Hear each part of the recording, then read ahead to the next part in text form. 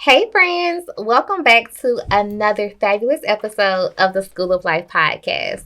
I think I'm getting used to this YouTube thing. So, if you are joining me on YouTube, welcome. If you're still listening on Apple Podcasts, Spotify, Google Podcasts, that's cool too. But make sure you check out the YouTube video. Also, make sure you are sharing, liking, and subscribing. And don't forget to follow us on social media at School of Life Podcast. So, today we have a really good episode in store. Y'all know I always say I'm excited about these episodes, and it's because I really am excited. Today we are talking all things career. Now, I am doing something I don't think I've ever publicly done, and sharing more about pay transparency, how I have gotten to a six-figure career at only 28 years old, 2 snaps for the girls. Also talking about networking and really positioning yourself to win in your career. I know there's a lot of talk about entrepreneurship. You don't want to work for the man, and all of that is cool. But as for me and my house, we gonna collect this 401k until I can establish my real estate thing full time. So, if that's your thing, this episode is for you. I'm diving into all things career and really changing your mindset about how you elevate in your career. But before I get to running my mouth, y'all already know the drill. Grab your note-taking tools because School of Life is now in session.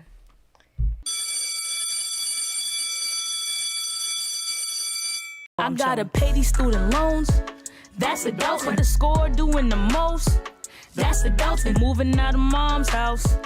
That's adulting, but it's all gonna work out. That's adulting, I need a legal side hustle. That's adulting, cause these bills got me in trouble. That's adulting, journey's course is never planned. That's adulting, just leave it in God's hands. Cause that's adulting. Before we dive in, let's start with the start of the start. So before college, before the first big girl job, how did I even get to the place where I aspired to one day make six figures and really use my career to get out of essentially poverty? So most of y'all know I have very humble beginnings. I grew up in Birmingham, Alabama. I was raised by a single mom. I'm the oldest child, and so I was naturally a second mom. And education was something that she did not play about. A B was not acceptable in our home. I made all A's all the way into college.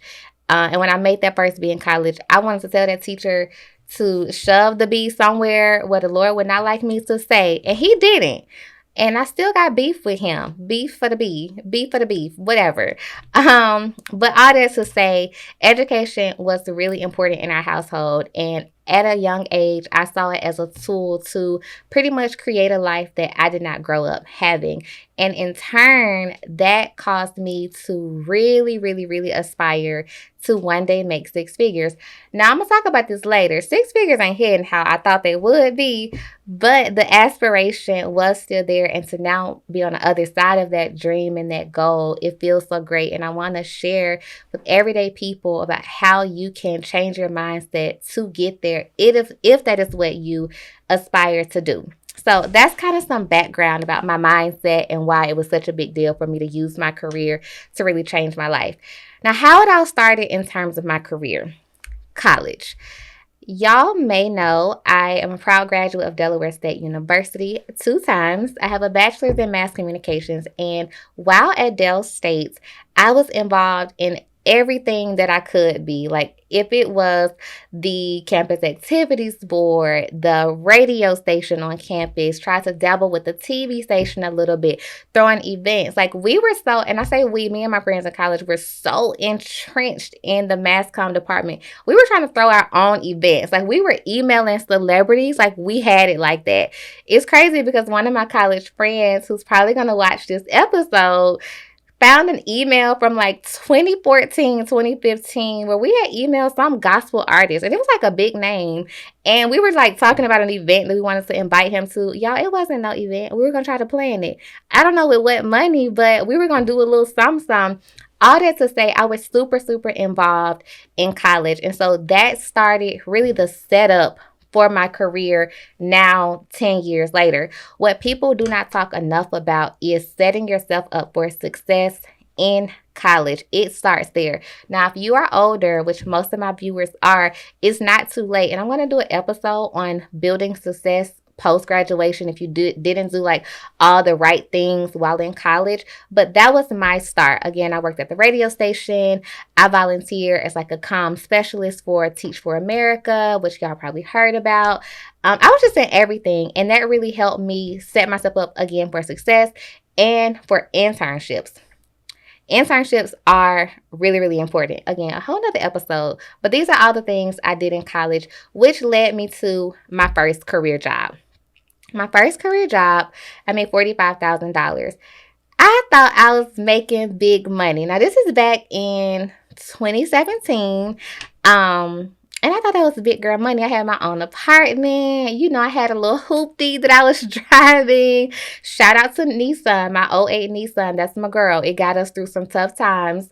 But I really thought I was doing the thing. And let me take that back. I was doing the thing. Like, I got that job while still being in college. And that was a big deal for me because, again, growing up poor, not even poor, but POE, it was important for me to prove to myself that college was not in vain. And I had a job in my field.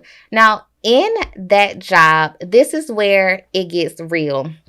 You have to make yourself an asset. I made myself an asset. And I can humbly say, looking back, that is why I've had the success that I have. I knew early on I needed to make myself an asset. I needed to gain trust from the people that I worked with, especially my boss. Shout out to Dr. Kara Walker, a Black woman doing her thing. She poured into me so much, but that is because I made myself an asset. And easily, I went from being her executive assistant to adding comm specialist to my job description. And I was only able to do that because I proved to be an asset to her and her team. One of the big takeaways at this first kind of big girl job was to be seen executing. Anytime people ask me for career advice, that is one of the most important pieces at the starting point. You need to be seen executing whatever job they've hired you to do. Showing up half, y'all know what? That's not going to cut it when you're really trying to use your career to change your life situation.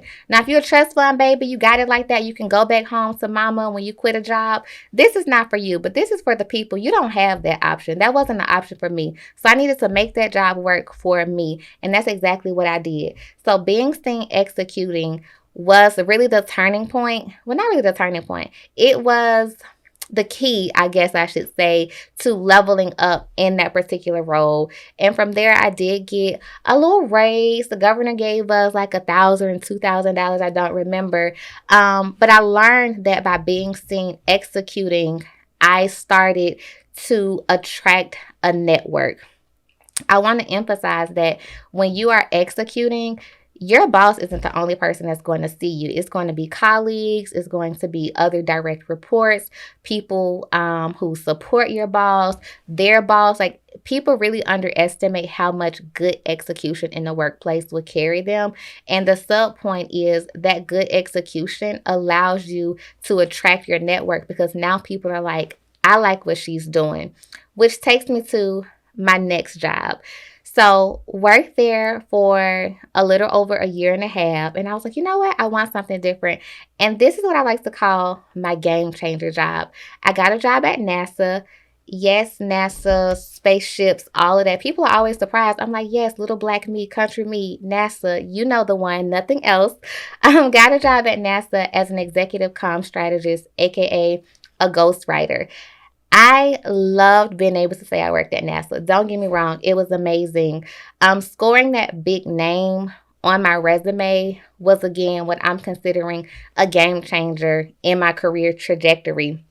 That job allowed me to get confident in my execution. So whereas the first job, I was being seen executing, in this game changer role, I got more confident in what my execution looked like. So I asked to lead meetings, I asked to lead projects, and then by month 6, they were like, Jay, this is your assignment board to lead for the next 3 months, or you're on this assignment or this speech to write or this event, versus me kind of being in the background and kind of following other people's lead. And so, again, my game changer role, I got confident in being an executor. And I learned there that you have to grow your network. So remember, we attracted the network first. In this role, I grew my network. And that is where I really learned that your network should be people black, white, yellow, brown, purple, whatever. I was so used to being around mostly black people that I assumed my network should only be black people. And that is a really bad assumption. One of my favorite mentors while I worked at NASA was an older white guy. He was a senior director, mad cool. He went to bat for me, always had my back, and taught me so much about how to command respect from white men, especially. Because as you can imagine, NASA is full of old, white, grumpy engineers. And here I go leading a team at 22, 23. They're like, what is she doing? But he taught me how to be confident in how I showed up. So growing that network allowed me to expand my mind on what networking looked like. From there, I went into what I like to call my skill enhancement kind of phase of my career. During my skill enhancement phase, I made about $65,000, and you couldn't tell me nothing. I was like, oh, I made it. I bought me a new car. I was just, doing the thing, because to a single person, that is a lot of money. It's okay money now, but at that time in my life, it felt like a lot of money. I started my own business. I really learned what my undeniable skills are, and I want to hone in on that point, because a lot of people who are looking for a new career or trying to figure out how to maximize their career, they're missing the networking piece, but they're also missing what undeniable skills do you have. Like, you need people to see your work, see you executing, see you being confident in executing, and be able to pinpoint, she is a great blank. I am a great strategist, point blank, period. In any job I've ever worked at, whether it was volunteer work, church, my current job, previous jobs, no one can ever say that I wasn't a bomb strategist, whether it's comm strategy, operation strategy, business strategy. I got that in the bag. And so that is my undeniable skill. So I want to encourage you, as you're thinking about your skills, growing your network, all the things, get clear on what your undeniable skill is, because you won't be able to scale your career and move around unless you are clear on what's undeniable about you. So again, for me, it's the strategy. I can write the heck out of a strategy. What is it that you're so good at is undeniable? Along with that, in this phase of your career, you really want to lean into your network. So the more I became confident in what I could do and who I was, the more I was able to go to my network and ask, y'all hiring? Y'all looking for a strategist? Are y'all bringing on contractors for any sort of work? Like, really getting confident, because I knew whatever I did, it was going to be great. It was going to be bomb, because it's that undeniable. And because I knew that, I leaned into my network even more. And then the last phase, I'm calling it the turning point. Well, this is the second to last phase. I'm calling it the turning point. And this is when I went from 65K to 90K. At that point, you really couldn't tell me that. I was like, little Jay is so proud. I believe I was 26 or 27 at the time. I was so close to the 100. I was like, it's dang near there. I'm all, it counts. But it really was a mental turning point to me. And when I secured the 90K salary job, and I secured the title of director, I'm like, okay, the hard work, the execution you were doing 5-6 years ago, it's paying off. The network growing is paying off. The undeniable skills are paying off. What are you going to do in this phase to make sure you don't plateau and get stuck here? Some people get stuck when they reach that point, because it's like, I've done all that I could do. And that is not true. When you reach that point, it is important to then grow your skills, diversify what that looks like. So a few minutes ago, I talked about comm strategy, business strategy, operation strategy. Initially, I only focused on communications, because that's what my bachelor's degree is in. But once I got to that director level, I learned what it looked like to be a strategy in any sector. So whether it was business, operations, communications, project management, directing, leading a team, budgeting, I started to bring those skills into what was already undeniable about me as a strategist. And that made me more marketable as an employee. That made me more marketable as a leader, as a spokesperson for companies. Like, it just made me, on paper and in real life, that girl, because it was undeniable and it was diversified. And so it's important when you reach that turning point, whatever that turning point is for you, that you start expanding those skills so that you don't plateau. Another part of that in terms of the networking is utilizing your network to expand those skills. And so throughout the course of kind of this thread, we attracted the network, we grew the network, we leaned into the network, and now we're using that network to expand what you already know about yourself. I want to pause and say that in each phase of networking, you should be adding to the phase before it. So in my turning point phase, I wasn't just solely focused on nurturing that network because I was diversifying my skills. I was adding to the fact that I'm leaning into them, and then adding to the fact that I'm growing the network, and then adding to the fact that I've attracted the network. So you should always be attracting new people, growing the network, leaning into them, and then cashing in on that network when it's time to find a new job or a new contract opportunity or a new reference letter. And it's a continuous cycle. So at all points in your career, especially when you've reached that turning point, as I like to call it, it needs to be a continuous cycle because it's never ending. Which brings me to my transition and the cycle that piece of the cycle that I am in now. So I have my big 6-figure salary. Woot woot! Shout out to me. Secured it May 2023. And it was interesting how the job came about. So I'll pause here to tell a quick story. I was working for a company. We're going to call them Company A. And at Company A, it was a marketing company, and we had clients all around the world. I was an account director, integrated comm specialist, all the things that we just talked about. And one of our clients was Company B. Now, because I am always going to be seen executing, I am always going to attract people to my network. Like all the things that I just told you about, I'm always doing that. Company B saw me executing at such a high level. They were like, basically, can we steal you from Company A? And I was like, you're going to have to add some money. You're going to have to pay me. You're going to have to give me a sign-on bonus. I want the max annual bonus, like all of those things. And we made it happen. And I'm really glad that we made it happen because I really proved to myself, like I knew I was that girl, but it's like another level. And I say that humbly.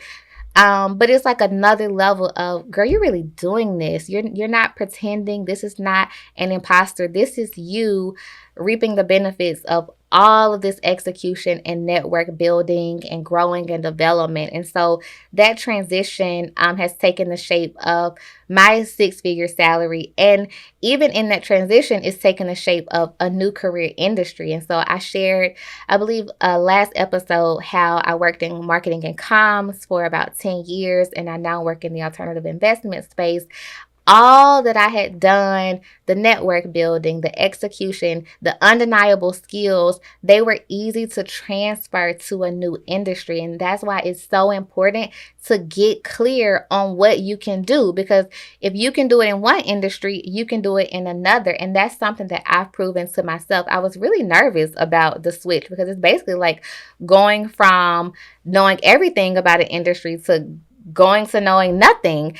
And that scared me because I wasn't sure what shape that would take, but it's paid off in a big way.